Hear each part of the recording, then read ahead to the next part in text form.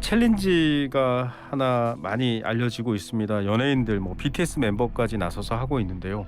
참 좋은 챌린지, 모두에게 힘이 되는 챌린지면 좋을 텐데 마음을 아프게 하는 챌린지입니다. 바로 정의나 미안해 해시태그 운동이고요. 이게 과연 어떤 사건인지 아직 모르시는 분들도 있을 거고요. 또 이미 아시는 분들은 저도 아이를 키우는 입장에서 차마 뉴스를 들여다보거나 CCTV 공개 이러면 그걸 차마 볼 수가 없는 상황입니다. 이런 얘기 오늘 정리해 주실 분 모셨습니다. 바로 이 시간에 항상 우리에게 사건의 이면을 들여다보게 해주시는 분이죠. 배상훈 프로파일러입니다. 교수님 안녕하십니까? 네, 안녕하세요. 예, 이게 앞서 좀 마음의 준비를 할 만한 멘트를 제가 하느라 좀 끌었는데요. 너무 마음이 아파요. 이거 16개월밖에 안 된 아이가 목숨을 입양된 그 뭐랄까요? 그 계모가 아니죠. 입양한 어머니에 의해서 살해당했는데 사건을 좀 설명해 주시죠.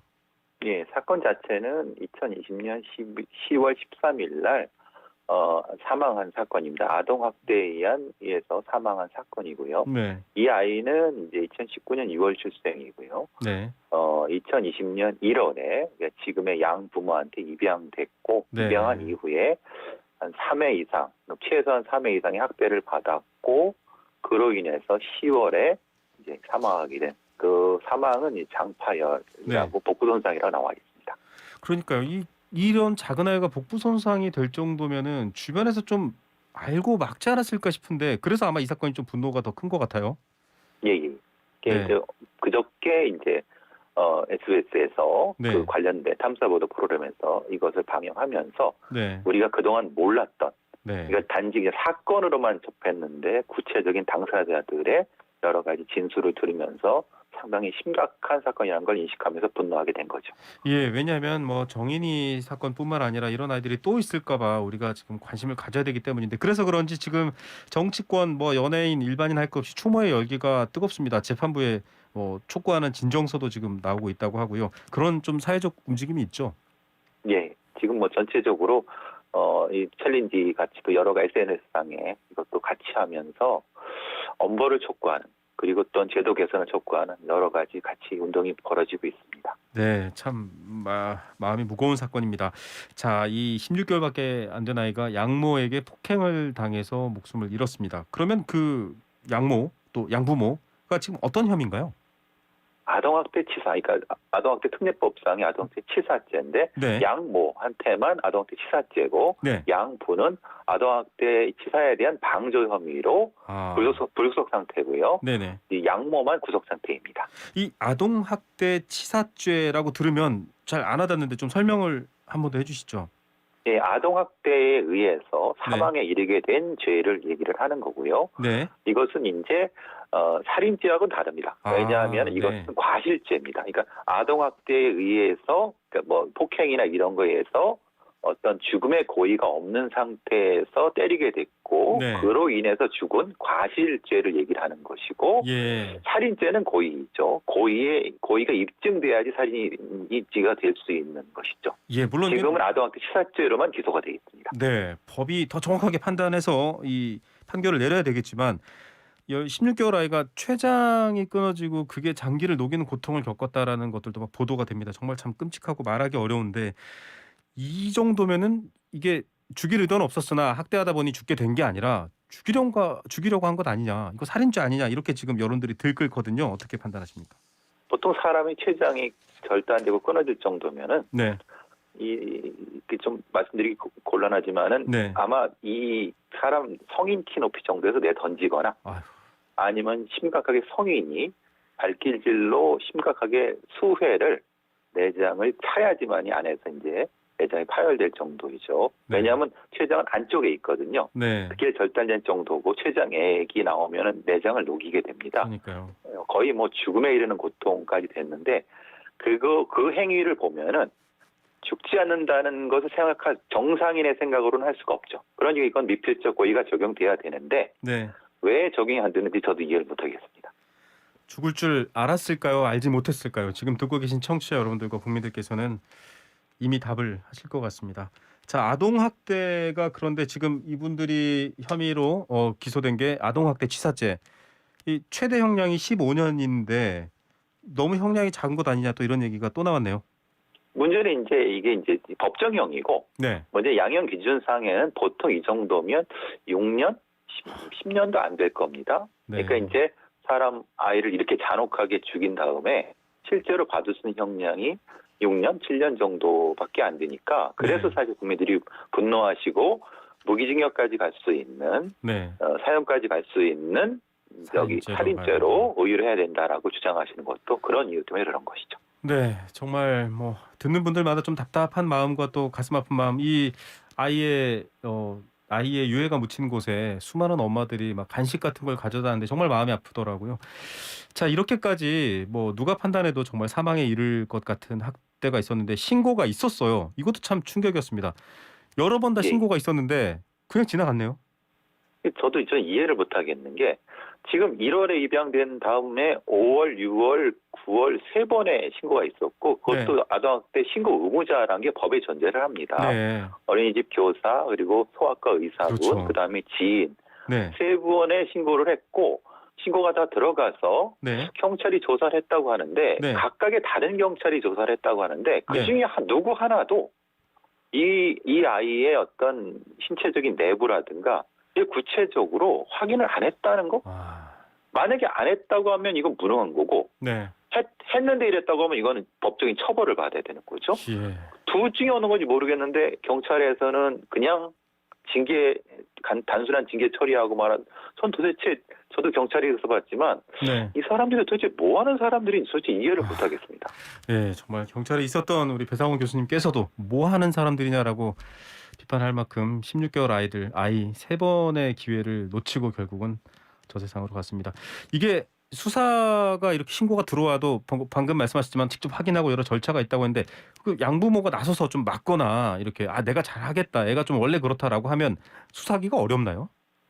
지금 이게 참 어려운 게 뭐냐면 네, 법에는 지금 분명히 신고 의무자가 있고 그리고 신고를 해야 되는 거 그리고 지금 출동 명령까지는 촘촘하게 돼 있습니다. 이건 법에 돼 있거든요. 네네, 문제는 근데 그것이 경찰 단계에서 그것을 하지 않아도 경찰이 그것을 해태하거나 하지 않아도 경찰 자체에 대해서 확인하고 처벌할 수 있는 것은 없다는 겁니다. 아, 이게 말하자면은 법에는 이렇게 의무적으로 하십시오. 네, 수사를 하십시오라고 했는데 경찰이나 검찰이 그걸 하지 않는다 하더라도 누군가 그걸 감시할 수 있는 게 없는 거죠. 그러니까 네, 이게 의도적으로 말하자면 뭐 지금 그런 음모론으로 나오는 건 이런 거죠. 네, 그러니까 뭐 양부모를 뭐 개인적으로 알아갖고 뭐 이렇게 봐준 거 아니냐 이런 음모론으로 네네. 나오는 것은 이러지 않고는 이게 말이 안 된다는 겁니다. 네. 그러니까 처벌이 되지 않는다 하더라도 정상적인 생각을 가지고 있는 경찰이라고 하면은 네. 당연히 수사를 해서 송치를 했어야 되는데 그걸 안 했다는 거는 이 경찰이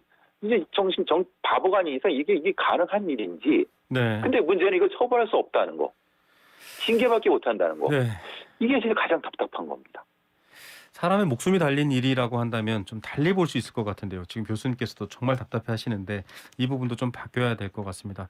모쪼록 16개월이란 짧은 삶을 살다간 아이의 영혼을 위로하고 추모하면서 요 주제는 여기까지만 다루겠고요. 또 걱정되는 얘기가 하나 있어서 가보겠습니다. 저도 이 연휴 내내 이 뉴스를 굉장히 눈여겨봤는데 20대 발달 장애인 엄마랑 산책하다가 좀 빨리 뛰어갔는데 지금 계속 실종 상태예요. 이 추위에. 예. 네. 고양시에서 발생한 건데요. 네. 고양에 한주산성 둘레길이라는 데가 있습니다. 이분이 네. 이제 중증 자폐 장애가 있는 20대 남성분, 21세 남성분입니다. 네. 이제 발달 장애가 있기 때문에 이제 그 어머님이랑 이제 산책을 하시다가 네. 갑자기 이렇게 그 자유롭길과 연결돼 있는 데죠. 네네. 둘레길이라는. 뛰어가면서 어머니랑 뭔가 이제 그 숨바꼭질 같은 걸 하셨나 그렇죠. 봅니다. 그런 장난을 할 수 있으니까요. 네. 네, 그런 장난인 거죠. 근데 네. 본인은 그게 장난이지만 사실은 이 어머님은 못 찾은 거죠. 그런 네. 상태로 지금 28일 날 이게 벌어졌는데 아휴. 그 뒤에는 다른 출입로 거기가 네. 좀 넓기 때문에 그렇죠. CCTV를 찾았는데 포착되지 않았다는 겁니다. 아, 그래서 지금 이 사건이 이게 이런 공개적인 얘기가 나오게 된 거죠. 이런 건 좀 다 같이 힘을 모아서 찾아줘야 될 것 같은데 이분 인상착의가 공개가 됐죠? 예. 키가 173에 108kg의 체구가 큰 편이고요. 네. 이분이 이제 어떤 짙은색 남색의 점퍼랑 검은색 바지를 입고 있는데 네. 이제 딱 봐도 잠깐 좀 몸이 좀 크신 분이고 아. 이런 분이면은 그 근처에 지나다니는 차로 네. 지나다니는 분이 네. 보신 분이 있으면은 바로 경찰 연락 주시면 될 것 같습니다. 예. 이게 CCTV 같은 것들이 있는데도 요즘은 좀 찾기가 어려운가 봐요. 이게 문제는 이제 거기가 좀 너무 넓습니다. 아. 나갈 수 있는 공간이 쉽지가 않습니다. 행주산성 둘레길이라는 데가 네. 차통팔달 열린 데라서 네네. 아마 거기에 이 행동 예측이 안 되는 겁니다. 정상인 네. 같은 경우는 어느 쪽으로 나갈지가 방향성이 있는데 발달장애, 중증장애 같은 경우는 이 행동 예측 자체가 사실 불규칙하거든요. 네. 그래서 지금 답답하신 것 같습니다. 예, 여러분들도 좀 힘을 모아서 찾아주시길 바랍니다. 자, 끝으로 뭐 여러 차례 시사 프로그램에서 인터뷰도 하고 다룬 주제인데 탐정하면 이렇게 셜록 홈즈가 떠오르기도 하고 이런데 이 구체적으로 하는 일들이 많으시더라고요. 이게 경찰이 탐정 민간 자격증 발급을 허용한다 이렇게 밝혔다면서요? 예. 원래 탐정이란 그것을 쓰면 안 됩니다. 아, 문제는 네. 그 탐정이란 자격증을 사용하면 안 되거든요. 네네. 근데 이제 작년에 신용정보법이 개정이 되면서 네네. 민간 자격증 내에 탐정이라는 명칭을 허용할 수가 있습니다. 아, 네. 이름이 이제 탐정이 공식적으로 쓸 수 있게 되는 거군요. 예, 그렇죠. 예, 예. 네. 어떤 일을 하는 건가요? 주로 이제 이런 경우는 이 아동 청소년 실종자 소재를 확인하고 아, 네. 그리고 보통 이제 도난 분실 은닉 자산을 소재 확인할 수 있고요. 네. 등기 열람 같은 단순 요약된 정보를 수집할 수 있는 그런 네네. 정도는 할 수 있는데요. 네네. 재판에 관련된 수사 중인 것은 탐정이 불가능하고요. 아, 네. 그리고 성인 실종 관련된 부분도 불가능한. 이게 좀 제약 조건이 많이 있습니다. 그러네요. 뭐 흔히 말해서 개인의 어떤 부정한 일들을 좀 뒤를 캐본다던가 이런 건 안 되는 거네요. 그렇죠. 보통 많이 새는 것이 우리가 생각하는 것이 배우자의 부정한 행위를 그렇죠. 이제 또 뒷조사 이런 건 안 네네. 됩니다. 아, 그래서 아직은 좀 그런 불법적인 것들을 이용하는 분들도 있다라고 보도가 되는데 그런 건 좀 양성화하고 좀 법적 테두리 내에서 안전하게 하고 이렇게 발전시킬 수 있는 건가요? 아니면 아직은 좀 소원한가요? 어떻게 보십니까?